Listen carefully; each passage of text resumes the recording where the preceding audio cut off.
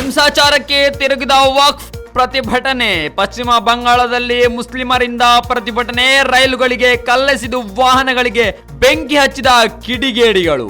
ಪಶ್ಚಿಮ ಬಂಗಾಳದ ಮುರ್ಷಿದಾಬಾದ್ನಲ್ಲಿ ವಕ್ಫ್ ಕಾಯ್ದೆ ವಿರುದ್ಧ ಮುಸ್ಲಿಮರು ನಡೆಸಿದ ಪ್ರತಿಭಟನೆ ಹಿಂಸಾಚಾರಕ್ಕೆ ತಿರುಗಿದ್ದು, ನಿಲ್ದಾಣದಲ್ಲಿ ನಿಂತಿದ್ದ ರೈಲಿನ ಮೇಲೆ ಕಲ್ಲು ತೂರಾಟ ನಡೆಸಿ 2 ರೈಲನ್ನು ಜಖಂಗೊಳಿಸಿದ್ದಾರೆ. ಶುಕ್ರವಾರ ಮಧ್ಯಾಹ್ನ ನಡೆದ ಪ್ರತಿಭಟನೆ ಸಂಜೆ ಬಳಿಕ ಹಿಂಸಾಚಾರಕ್ಕೆ ತಿರುಗಿದೆ. ದಾಳಿಯಲ್ಲಿ ಕೆಲವು ಪ್ರಯಾಣಿಕರು ಮತ್ತು ಪೊಲೀಸರು ಗಾಯಗೊಂಡಿದ್ದಾರೆ. ಹಿಂಸಾಚಾರವನ್ನು ನಿಯಂತ್ರಿಸಲು ಗಡಿ ಭದ್ರತಾ ಪಡೆಗಳ ಸಿಬ್ಬಂದಿಯನ್ನು ನಿಯೋಜಿಸಲಾಗಿದೆ. ಅಲ್ಪಸಂಖ್ಯಾತರ ಪ್ರಾಬಲ್ಯ ಇರುವ ಮುರ್ಷಿದಾಬಾದ್ ಜಿಲ್ಲೆಯ ನಿಮಿತ್ತ ಮತ್ತು ಸುಟಿಯಲ್ಲಿ ಉದ್ವಿಗ್ನತೆ ಉಂಟಾಗಿತ್ತು. ನಿಮಿತ್ತ ರೈಲು ನಿಲ್ದಾಣದಲ್ಲಿ ಪ್ರತಿಭಟನಾಕಾರರು ಗಂಟೆಗಟ್ಟಲೆ ರೈಲು ಹಳಿಗಳನ್ನು ತಡೆದು ರೈಲ್ವೆ ಆಸ್ತಿಗಳನ್ನು ಧ್ವಂಸಗೊಳಿಸಿದ್ದಾರೆ. ಘಟನೆಯ ಹಿನ್ನೆಲೆ ಕನಿಷ್ಠ 2 ರೈಲುಗಳ ಸಂಚಾರವನ್ನು ರದ್ದು ಮಾಡಲಾಗಿದೆ.